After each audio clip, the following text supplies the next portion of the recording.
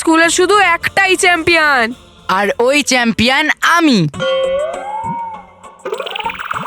বস এটা বলতে চাইছে যে চ্যাম্পিয়ন আমি। আরে না, বস বলেছে এবিপি স্কুলের শুধু একজনই চ্যাম্পিয়ন, আর সেটা আমি, তাই না বস? আরে গাধারা, আমি বলছিলাম এভিপি স্কুলের শুধু একটাই চ্যাম্পিয়ন, আর সেটা আমি মন্টু দ্য গ্রেট। বুঝেছিস? এবার চলো বস, মানবের সাইকেল ভাঙি। না, আমরা সাইকেল এখন ভাঙবো না। যদি এখানে ভাঙি না সাইকেল, তাহলে আওয়াজ হবে আর সবাই বুঝতে পেরে যাবে, আর আমরা ধরা পড়ে যাব। তাই আমরা এখন সাইকেলটাকে চুরি করব আর কোথাও দূরে গিয়ে ভাঙবো। বুঝেছিস? তো এই কাজটা তো শুধু তুমিই করো, কারণ অত ভারী সাইকেল তো কোনো সাথী কোনো শক্তিশালী সাথী ওঠাতে পারে। হ্যাঁ বস, আমরা বাইরে দাঁড়িয়ে থেকে পাহারা দেব যে কেউ আসছে নাকি। ঠিক আছে, তোরা দুজন এখানে পাহারা দে আর আওয়াজ করবি না। আমি গিয়ে ওই সাইকেলটা চুরি করি। যাও বস, যাও। কি বস, তুমি তো এখন থেকেই ভয় পেয়ে গেছো। না না, আমি ভয় পাইনি, ওই খেলনাটা বাজলো।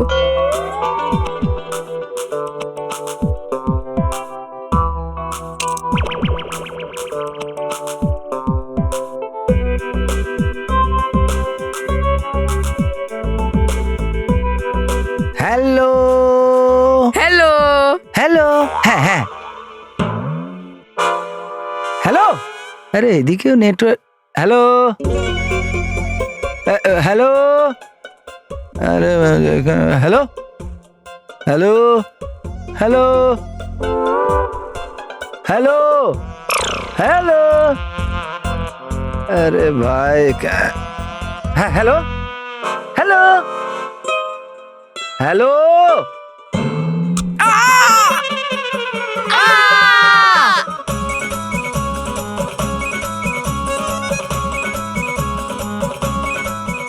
দেখো, এখানে কেউ নেই, তবু এখান থেকে আওয়াজ আসছে, আর এখানে কেউ আছে কিন্তু তবু এখান থেকে আওয়াজ আসছে না। হ্যালো, আরে কেউ বলো হ্যালো হ্যালো হ্যালো।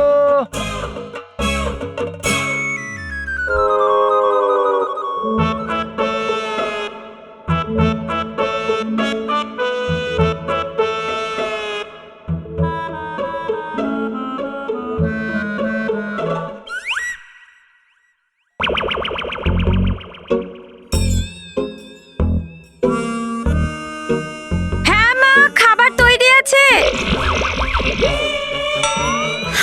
এত সব কাজ পড়ে আছে, কখন শেষ হবে জানি না। আরে মহেশও তেমনি, সকাল থেকে নিজের খারাপ হওয়া ফোনটা নিয়ে পড়ে আছে।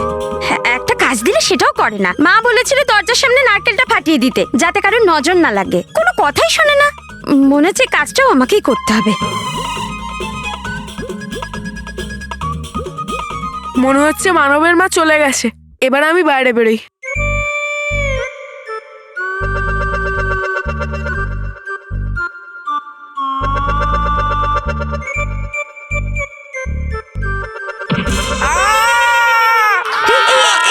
এই চিৎকার করার আওয়াজটা কোথা থেকে এলো? বাচ্চারা বাইরে খেলছে, তারই আওয়াজ হবে বোধহয়। উফ, আমিও না, অনেক কাজ পড়ে আছে, তাড়াতাড়ি শেষ করি বাবা। এবার তাড়াতাড়ি সাইকেলের চাবিটা নিয়ে পালাই। বাহ বস বাহ, যাও যাও।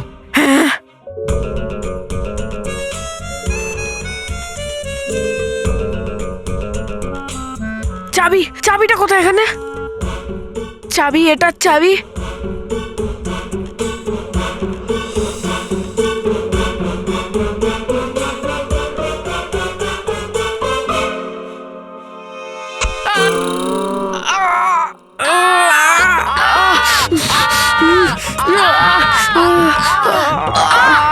এক মিনিট, এই হাত দিয়ে নয়। গাধা, লাগছে আমার, আর চেল্লাচ্ছিস তোরা? বস, আমরা তোমার ব্যথা বাড়াচ্ছি, মানে বলতে চাইছি ভাগ করছি। আর বস, লক খোলার জন্য তো টাইম লাগাচ্ছে কেন? সোজা সাইকেল নিয়ে পালাই না। হ্যাঁ হ্যাঁ, কিন্তু এবার আমি একা নয়, আমরা তিনজন একসাথে ওঠাবো। ওকে ওকে। চ।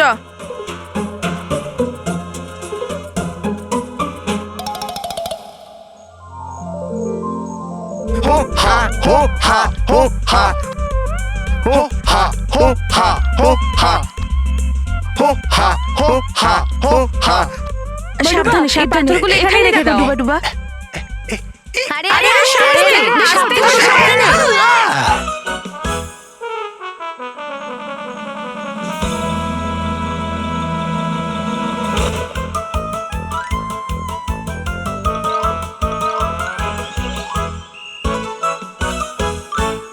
যেমনটা কেশপরি বলেছেন যে আমাদের সর্বদা কয়েদখানার দরজাকে চিরদিনের জন্য এই লাখ দিয়ে বন্ধ করতে হবে, কিন্তু হিসেব অনুযায়ী এই লাখ কম পড়বে।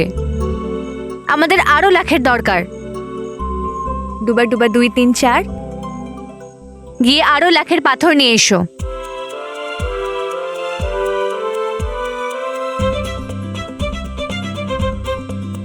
ডুবা ডুবা 1, এই লাখের পাথর সেখান থেকে এনেছো তো যেখান থেকে আনতে বলেছিলাম? হ্যাঁ কেশপুরি, দেখে নিন আপনি নিজেই। হ্যাঁ, এটা তো ঠিকই মনে হচ্ছে। হ্যাঁ কেশপুরি, এই পাথরগুলো একদম ঠিক আছে। আর ডুবা ডুবা 1, তোমাকে যেমন বলেছিলাম গাছ থেকেও লাখ নিয়ে এসো। হ্যাঁ নিশ্চয়ই, আমি এক্ষুনি আনছি। মা, আমরা ভয়ঙ্কর পরীকে চিরদিনের জন্য সর্বদা কয়েদখানায় কয়েদ করে নিয়েছি, আর ওকে চিরদিনের জন্য পরিলোক থেকে বাইরে করে দিয়েছি। আর সর্বদা কয়েদখানার দ্বার বন্ধ করার জন্য তোমার আদেশ অনুযায়ী কাজও হচ্ছে। তাহলে মা, আমি পৃথিবীলোকে ফিরে যাই, বাচ্চাদের আমার সাহায্যের প্রয়োজন হতে পারে। না বালবীর, এখনই নয়। আমি জানি বাচ্চাদের তোমাকে প্রয়োজন আছে, কিন্তু এখনো পরিলোকের কাজ তোমার সম্পূর্ণ হয়নি। এখন বালবীরের জন্য আর কি কাজ পড়ে আছে কেশপুরি? ধন্দপরি, আমরা ভয়ঙ্কর পরীকে বন্দি তো করেছি, কিন্তু ও ভীষণই চতুর। ও যা খুশি করতে পারে। যেভাবে ও ভালো পরী সেজে নিজেকে সুড়ঙ্গতে বন্দি করিয়ে নিয়েছিল, সেভাবে এবারেও ও এই কয়েদখানার দরজাকে। যদি এরকম হয় তাহলে ভয়ঙ্কর পরী সর্বদা কয়েদখানার ভেতরে বন্দি সমস্ত খারাপ পরীদের মুক্ত করে দেবে। তাহলে তো আমাদের বিপদ আরো বেড়ে যাবে। হ্যাঁ, মা, তার জন্য তুমি সর্বদা কয়েদখানার দ্বারকে চিরদিনের জন্য এই লাখ পাথর দিয়ে বন্ধ করে দিচ্ছ, তাই না? হ্যাঁ বালবীর, আর ওই দরজায় তোমাকে একটা মজবুত তালাও লাগাতে হবে, যেটা তুমি তোমার জাদু দণ্ড দিয়ে লাগাতে পারো। তুমি এমনই এক মজবুত তালা ওখানে লাগাও যেটা শুধু তুমি খুলতে এবং বন্ধ করতে পারো। সেই জন্য এখনো পরিলোকে তোমার এবং তোমার জাদুদণ্ডের প্রয়োজন আছে। কিন্তু মা, লাখ পাথরকে জমা করতে তো অনেক সময় লেগে যাবে। লাগবে না খুব বেশি সময়, কারণ কেশপুরীর কথা মতো নিয়ে এসেছি আমি লাখের গাছ থেকে পেড়ে এই লাখের পাথর। বা ডুবা ডুবা, আর পেছনে ডুবা ডুবা 2 3 আর 4 নিয়ে আসছে আরো লাখের পাথর।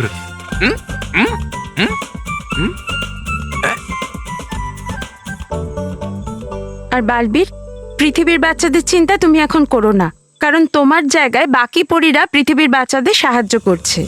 হ্যাঁ বালবীর। ধন্যবাদ পরীরা।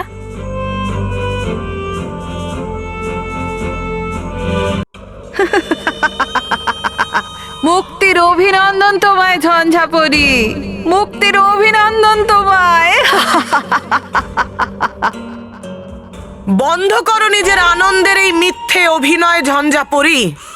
তুমি শুধু এই বোতল থেকে মুক্ত হয়েছ, সর্বদা কয়েদখানা থেকে নয়, কারণ এখান থেকে বেরোনো অসম্ভব।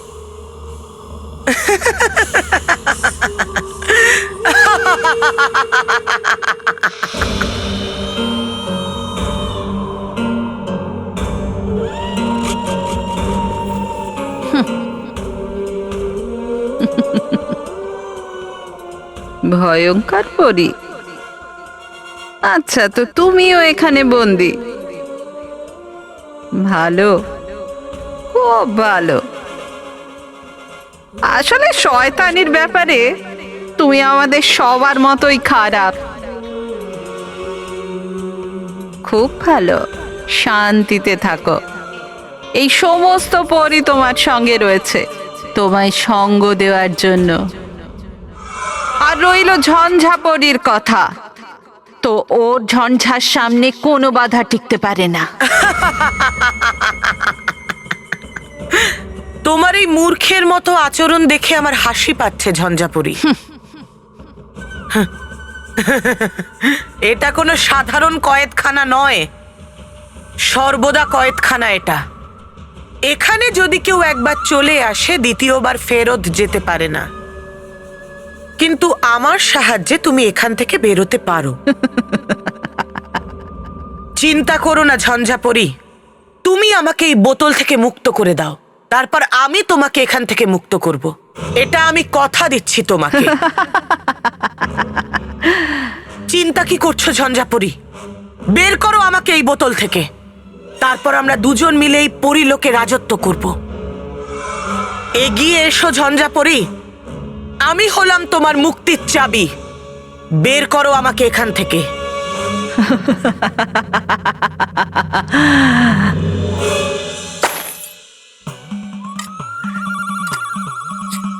এটা কত আছে? 2।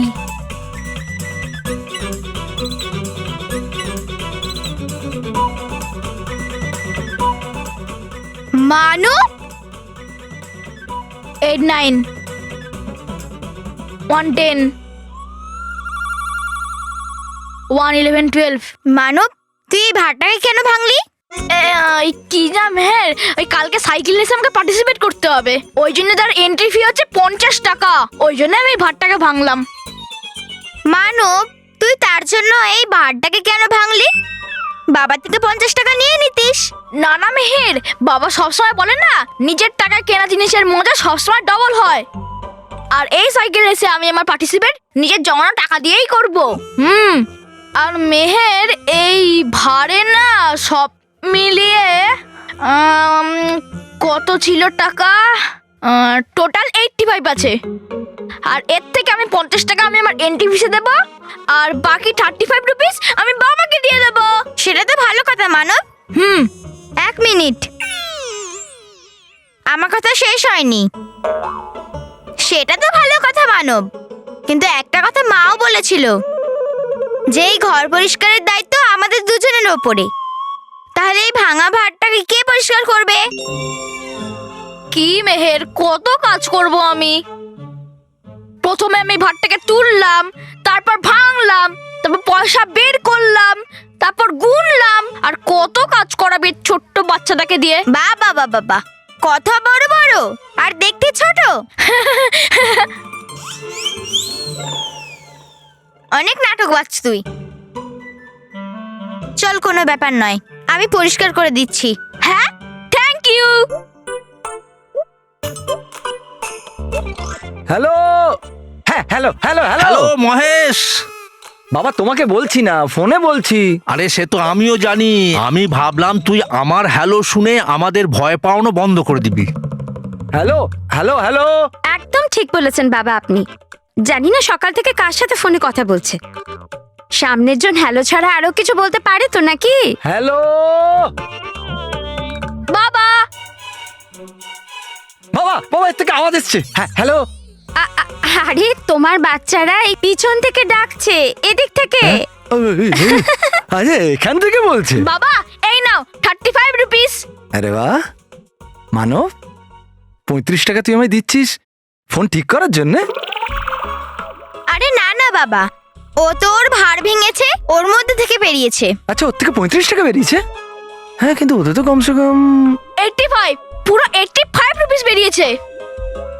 আর ওর থেকে 50 রুপিস কালকে আমার সাইকেলে এসে এন্ট্রি ফিস দেবো, আর বাকি 35 রুপিস তোমাকে দিয়ে দিলাম।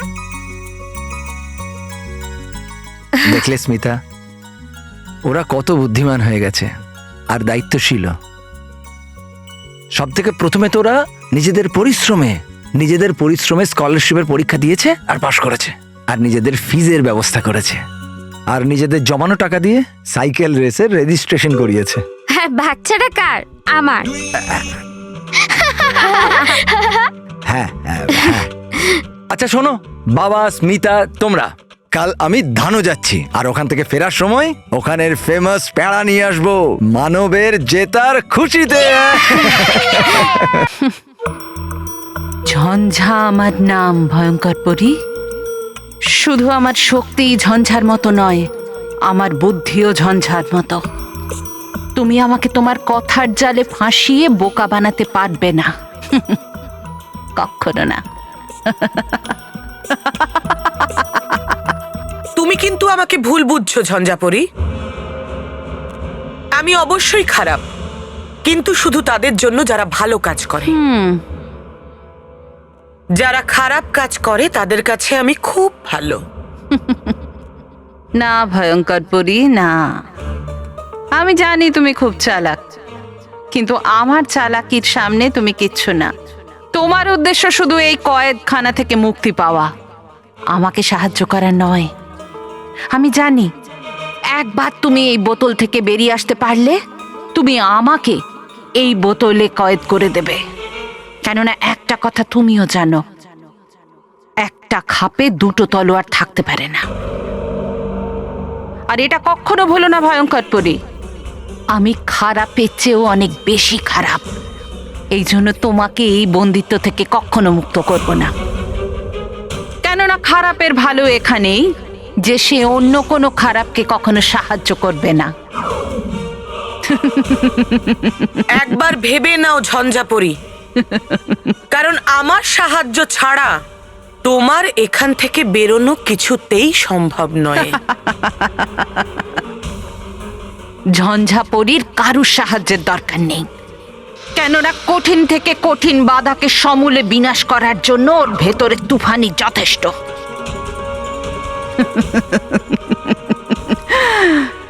অনেক অপেক্ষা করেছিলাম আমি এই স্বাধীনতার। এবার আমি যাই, তুমি পচো এখানে বরাবরের জন্য। বিদায় ভয়ঙ্কর পরি, আমাদের আজকের পর আর দেখা হবে না।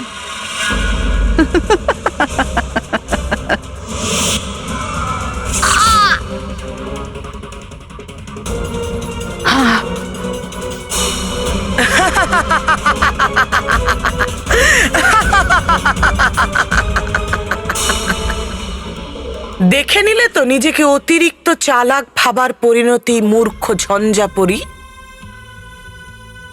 এটা সর্বদা কয়েদখানা। এখানে ভেতরে আসা তো সম্ভব, কিন্তু বাইরে বেরোনো সম্ভব নয়, যতক্ষণ না কেউ বাইরে থেকে দ্বার না খুলে দেয়। ঝঞ্ঝাপরি, এইটুকু জেনে নাও যে এখান থেকে বাইরে যাওয়ার একমাত্র পথ আমি ছাড়া আর কেউ নয়। আমার একটা চেষ্টা বিফল হয়েছে ভয়ঙ্কর পরি, কিন্তু আমি এত দুর্বল কখনো না যে একবার বিফল হয়েই আমি হার মেনে নেব। যাই হয়ে যাক না কেন, আমি এই সর্বদা কয়েদখানা থেকে বাইরে বেরোবই বেরোবো।